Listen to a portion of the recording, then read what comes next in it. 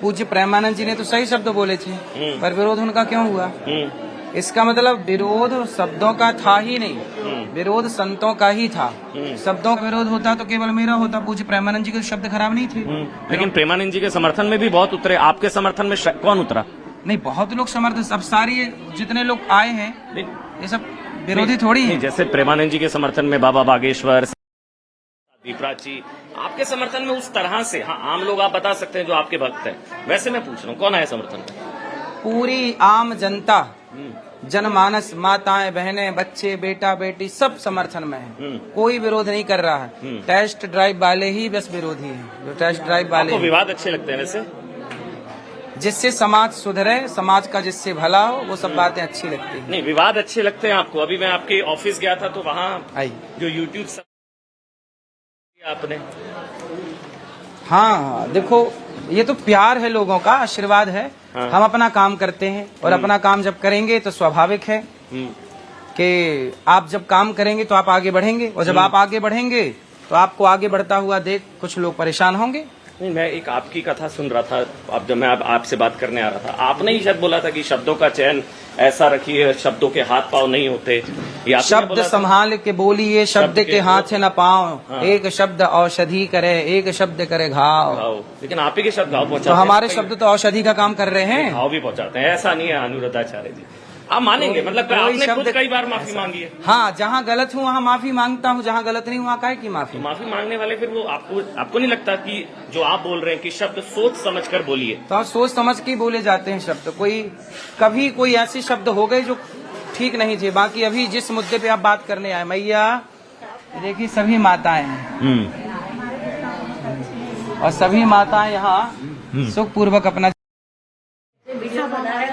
कितनी महिलाएं हैं यहाँ पर? लगभग 300 वृद्ध। हमारा लाला की क्या गलती है, हमको बताओ। है ठीक है मैया, आप स्वस्थ बहुत हैं? बढ़िया बेटा, कोई कष्ट? कोई मेरे लाला। अब ये मैया देखो वर्षों से यहाँ है। मैं देखो कोरोना की आई तकी मैं कोरोना की, और मेरी हालत स्थिति तोक के भी उठाते ही इधर उधर।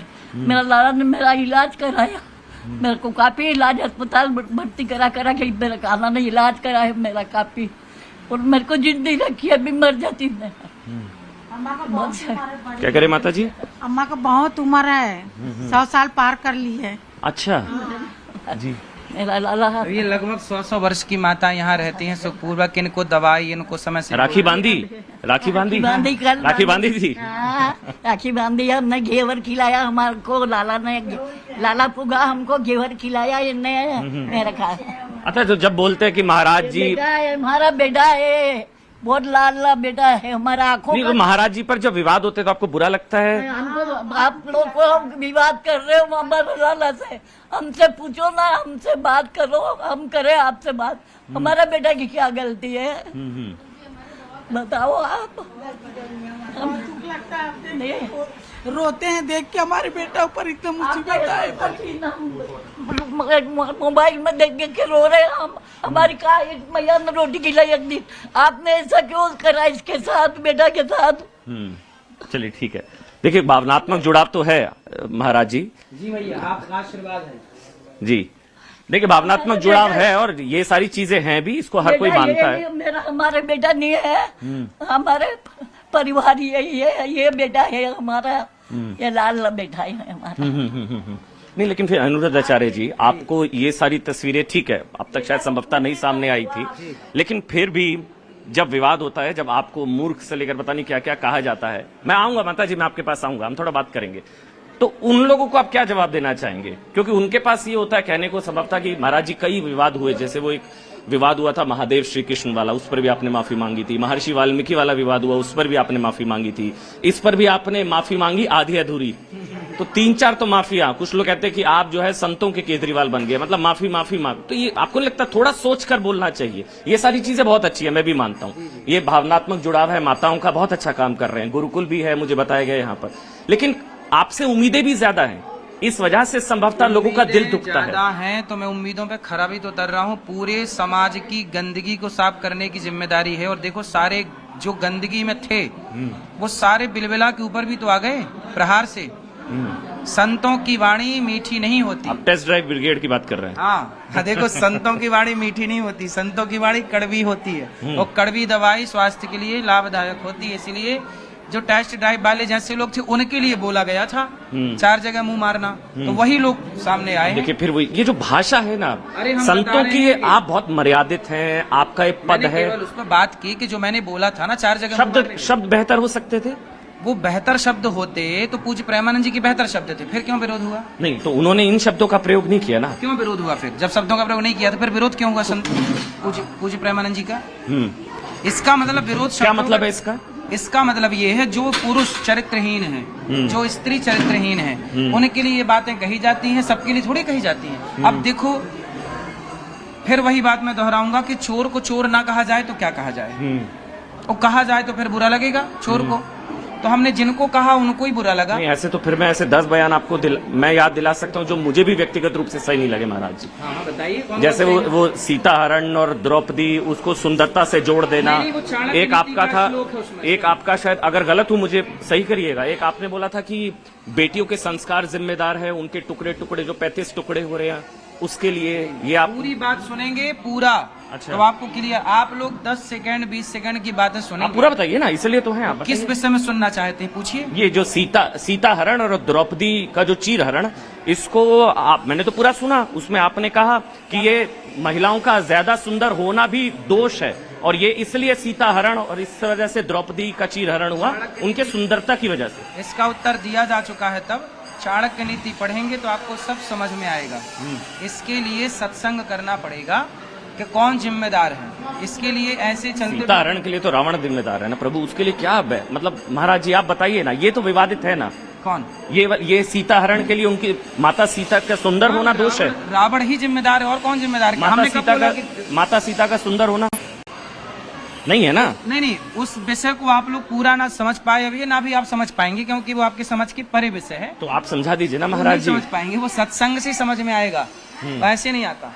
चलते फिरते कोई ऐसा नहीं कि आपको हम पीएचडी की डिग्री दे दें। जैसे पीएचडी की डिग्री चलते आपके फिरते पास तो है, मैं तो अभी गया आपके नहीं, ऑफिस में, आपके जैसे- पास तो है ना, आप जैसे समझा PhD दीजिए। की डिग्री चलते चलते नहीं हो सकती। ऐसे कुछ बातें चलते चलते नहीं समझाई जा सकती। उसके लिए खूब तरीके से अध्ययन चाहिए। संतों के चरणों में बैठ के जब तक आप नॉलेज नहीं पाएंगे उस विषय में गति नहीं होगी। आप गए थे प्रेमानंद जी के पास, आप जिनका बार बार जिक्र कर रहे हैं, वो वीडियो भी मैंने देखा। प्रेमानंद महाराज ने खुद आपको सलाह दी, जिस सवाल का हर जरूरी नहीं हर सवाल का उत्तर देना, ये उन्होंने कहा था। आप हर बॉल पर सिक्सर लगाना चाहते हैं। जो सवाल मुझे नहीं पता मैं उसका उत्तर देते ही नहीं, जो पता है वो उत्तर देता हूँ। अब जो उत्तर देता हूँ लोग उसे समझ नहीं पाते, नहीं समझ पाते तो विवाद। अच्छा चलिए फिर काम करते हैं ना, मैं विवादों से इतर एक सवाल पूछता हूँ। आपको क्या लगता है पीछे क्या वजह? योगी आदित्यनाथ ने कहा कि संतों को विवादों में घसीटने की एक कुत्सित एक प्रयास हो रहा है, चाहे आप हैं, चाहे प्रेमानंद महाराज हैं, चाहे साध्वी रीतांबरा। इसके पीछे कुछ पॉलिटिकल लगता है या आपको लगता है कि हाँ संतों के खिलाफ या सनातन के खिलाफ या हिंदुत्व के खिलाफ, इसलिए आप लोगों को घसीटने की एक कोशिश है? बिल्कुल कोशिश हो सकती है, क्योंकि देखिए संत लोग ही धर्म की बात करते हैं और धर्म की आवाज को डाउन करनी है, नीचे करना है तो संतों को बदनाम करिए, संतों पे उंगली उठाइए, अपने आप धर्म नीचे हो जाएगा। संतों से ही न धर्म फलता और फूलता है। संत ना होते आग लगी आकाश में बरस रहे अंगार, संत न होते जगत में तो जल जाता संसार। और संतों से मीठी बात की उम्मीद मत करिए। सचिव वैद्य गुरु तीन जो प्रिय बोल ही भयास, राज धर्म तन तीन कर हो ही बैग ही नास। सचिव सलाहकार हमेशा ऐसी सलाह दे जो मुंह दिखाई बात ना करे, जो सही है वो बताए, वो चाहे बुरी हो चाहे भली हो। तो ऐसी बात। सचिव वैद्य जो डॉक्टर है ना, आपके ऑपरेशन होना है तो वो ऑपरेशन करेगा, हाथ पांव बांध देगा आपके, आप कितना भी चिल्लाइए पर वो ऑपरेशन करेगा। यही डॉक्टर का धर्म है। ये नहीं कि चल भाई अब तू दर्द हो रहा मैं तेरा ऑपरेशन नहीं करता। ऐसे ही संत हैं, तुम्हें बुरा लगे अच्छा लगे कड़वी लगे लेकिन जो सत्य है वो संत नहीं कहेंगे। मुंह दिखाई बात संत करने लग जाएंगे तो फिर सब खेल बिगड़ जाएगा। धर्म का ये भारत है और भारत धर्म प्रधान देश है। आपकी बात अखिलेश यादव जी को भी बुरी लगी थी जब आप वो कह रहे थे शूद्र मत कहो, क्या हुआ था वो? अच्छा ये बताइए, अखिलेश जी कह रहे हैं कि शूद्र मत कहो। शूद्र मैंने कहा, मैं घर में बैठ के शूद्र शब्द ले आया क्या? गीता में लिखा है चातुर्वर्ण्यम मया सृष्टम गुण कर्म विभागशः। भगवान कृष्ण की बनाई व्यवस्था है। चातुर्वर्ण्यम, 4 वर्ण किसने बनाए? भगवान श्री कृष्ण ने। और जब भगवान की वाणी ही अब वो नहीं मानते नेताजी, तो इसमें मेरा क्या कसूर है? ब्राह्मण क्या है? ब्राह्मण एक व्यवस्था है, क्षत्रिय की व्यवस्था है, वैश्य शूद्र के साथ छुआछूत हमारे यहाँ कभी नहीं हुआ। कहते हैं सनातन में तो यही सबसे बड़ा पॉलिटिकल नैरेटिव है विपक्ष का कि सनातन में दलितों के साथ वो जो है मीम भीम वाले जो लोग हैं वो कहते हैं बहुत बुरा हाल हो रहा है, दलितों पिछड़ों के साथ शूद्रों। नेताओं ने अपनी राजनीति चमकाने के लिए ये जातवाद का जहर घोल दिया, वरना हमारे यहाँ देखिए जब मैं पैदा हुआ, शायद जब आप भी पैदा हुए होंगे, तो पहले आज के 100 साल पहले गांव में ताई आया करती थी। हाँ ठीक ठीक। ताई, और वो नरा काटती थी और वो बच्चे को नहलाती थी, और जब बच्चा नहलाती थी वो तब जाके बच्चे को शुद्ध माना जाता था। तो जरा आप बताइए कि जिसके नहलाने से मैं शुद्ध हुआ, वो नहलाने वाली ताई अछूत कैसे हो सकती है, अशुद्ध कैसे हो सकती है?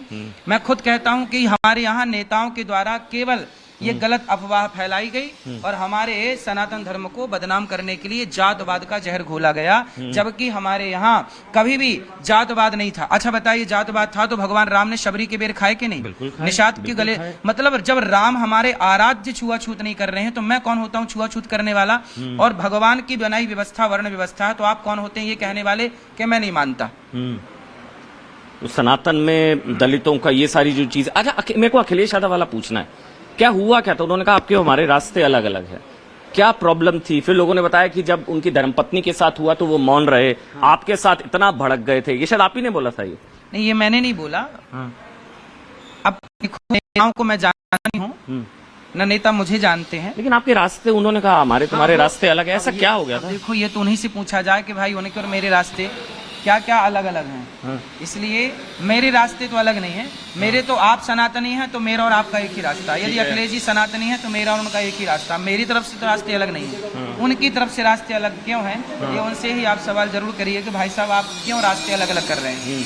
क्यों है रास्ते अलग अलग, बताइए ना, आपको तो पता होगा। अब रास्ते इसलिए अलग अलग हैं, वो गीता की बात नहीं मानने को तैयार है। वो उन्होंने तो पूछा था पहला नाम का पहला नाम भगवान कृष्ण का पहला नाम क्या था? उन्होंने पूछा कृष्ण का पहला नाम क्या है, तो भगवान कृष्ण का पहला नाम ही कृष्ण है। भगवान के बारे में भागवत जी में लिखा है कि शुक्लो रक्तस् तथा पीत इदानीम कृष्णताम गता। जब कृष्ण का पहला नाम कृष्ण ही है तो मैं उनको कन्हैया और कृष्ण ही तो बता रहा हूँ, पर वो मानने को तैयार नहीं। अब जो सच को ना माने तो क्या माथा पच्ची करें? नहीं, ये अब आप उस वक्त भी बोल सकते थे ना, वीडियो में तो दिख रहा था आप नहीं जवाब दे रहे थे महाराज जी। जब क्या है तो कृष्ण का नाम कृष्ण ही, आप पूछ ही रहे हैं, जो आपको पता है तो क्या उत्तर दूं?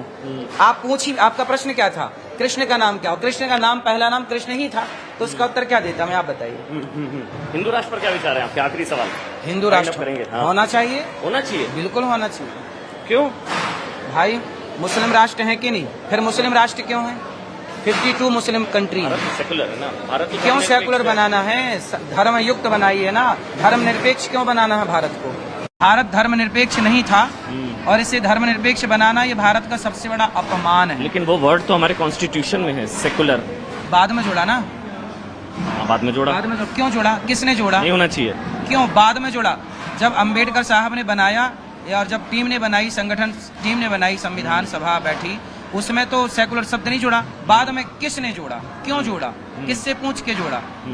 नहीं होना चाहिए, बिल्कुल गलत। आपके लिए धर्मनिरपेक्षता का क्या मतलब है? भाई, राम जी धर्म सापेक्ष हैं और रावण धर्म निरपेक्ष है, तो क्या इस देश को रावण जैसा बनाना चाहते हैं? रावण कैसा है? किसी धर्म को नहीं मानता, राम धर्म को मानते हैं। सूपनखा धर्म निरपेक्ष है, सीता मैया धर्म सापेक्ष है। देखो, धर्म सापेक्ष मतलब धर्म मानना, धर्म निरपेक्ष मतलब धर्म को नहीं मानना। अच्छा बताइए, बिना धर्म के संसार चलेगा? आप अपनी माँ को माँ के रूप में देखते हैं, बहन को बहन के रूप में, बेटी को बेटी के और पत्नी को पत्नी की। बिल्कुल। अब बताइए, चारों दृष्टि अलग अलग है कि एक है? अलग अलग है। एक हो सकती है? नहीं, कभी नहीं हो सकती। तो जो धर्म को नहीं मानेगा उसके लिए एक हो जाएगी। हाँ, इसीलिए धर्म होना जरूरी है। अब ये कौन समझाए धर्म निरपेक्ष वालों को? इतनी सी तो अक्ल नहीं है। धर्म निरपेक्ष का मतलब नहीं समझ पाए। धर्म निरपेक्ष मतलब है धर्म से शून्य होना। जिस दिन आप धर्म से शून्य हो जाएंगे, आप इंसान रह नहीं जाएंगे, जानवर हो जाएंगे, जानवर। अच्छा, तो क्या इस भारत को जानवर बनाना चाहते हैं? मैं जब आपसे बात कर रहा हूँ, ये लाइव है, तो 2 सवाल आए हैं, अगर आपकी इजाजत हो। ये बड़े जरूरी सवाल है। कह रहे हैं कि एक जो विवाद था उसमें महाराज जी से पूछिए कि फिर असली जो आपने कहा 25 साल की उम्र होती है तो वो चीजें होती है, कुछ आपने कुछ कहा था, वो कुछ हटा दिएगा, मैं भी मानता हूँ। फिर सही उम्र क्या होनी चाहिए महिलाओं की शादी की? वो तो तय है ना संविधान के हिसाब से।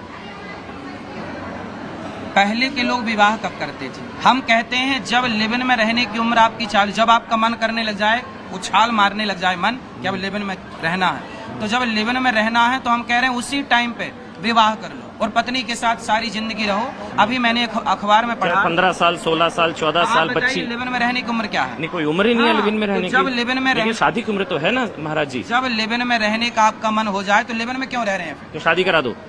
सिंपल फंडा है भाई साहब, मैंने अखबार की कटिंग चाहे आपको बच्ची 18 से नीचे 16 से नीचे हो। सरकारी गाइडलाइन पे चलो। ऐसा है कि एक लड़की लिव-इन में रहती थी, उसके हो गए बच्चा, उस बच्चे को ना मान लेना चाहती है ना बाप लेना चाहता है। अब बताइए वो बच्चा पैदा होती अनाथ हो गया कि नहीं? तो समाज में ऐसी व्यवस्थाएं ना बने कि ऐसे अनाथ बच्चे पैदा हों। उसका क्या कसूर है बच्चे का? अब उसे ना बाप अपना नाम दे रहा है ना, एक मिनट आ रहा हूँ आपके पास। हाँ। ना तो माँ लेना चाह रही है। इसलिए कहता हूँ कि इस देश में लिव-इन की जब उम्र चालू होती है, जब आपको लगे कि मुझे लिव-इन में रहना चाहिए, लड़की हो या लड़का, उसी टाइम आप शादी करके पढ़ाई भी करते रहो। लिव-इन में रह के आप पढ़ सकते हैं, लिव-इन में रह के आप इंजीनियर डॉक्टर एडवोकेट बन सकते हैं। तो शादी करके पढ़ो ना बिंदास, बच्चा होगा तो वो अनाथ नहीं होगा और भ्रूण हत्या नहीं कराना पड़ेगा। अभी एक वकील का मैंने इंटरव्यू सुना कि जब वो आता है 12 दिसंबर 14 दिसंबर क्या बोलते हैं उसको, सॉरी फरवरी, क्या बोलते हैं उसको, वैलेंटाइन डे, 14 फरवरी वैलेंटाइन डे जब आता है तो उस समय आपने बनाया कभी 14 फरवरी? नहीं, उस समय भ्रूण हत्याएं बढ़ जाती हैं। ये एडवोकेट का बयान है, ऑन रिकॉर्ड आप सुन लीजिएगा। तो जब एडवोकेट ये कह रहे हैं, डॉक्टर लोग कह रहे हैं कि भ्रूण हत्या ज्यादा होती है, तो ये पाप है कि पुण्य है? वैलेंटाइंस डे के दिन भ्रूण हत्या ज्यादा होती है, ऐसा डॉक्टर ने बोला, ऐसा उस एडवोकेट ने बोला, मैंने नहीं। उनकी रिपोर्ट बोल रहा हूँ मैं, उनका सर्वे बोल रहा हूँ मैं। आपने कभी नहीं बनाया वैलेंटाइंस डे? हमें जरूरत ही नहीं है। हर दिन वैलेंटाइंस है। हमारे तो धर्म पत्नी है, हम रोज खुश हैं आनंद से।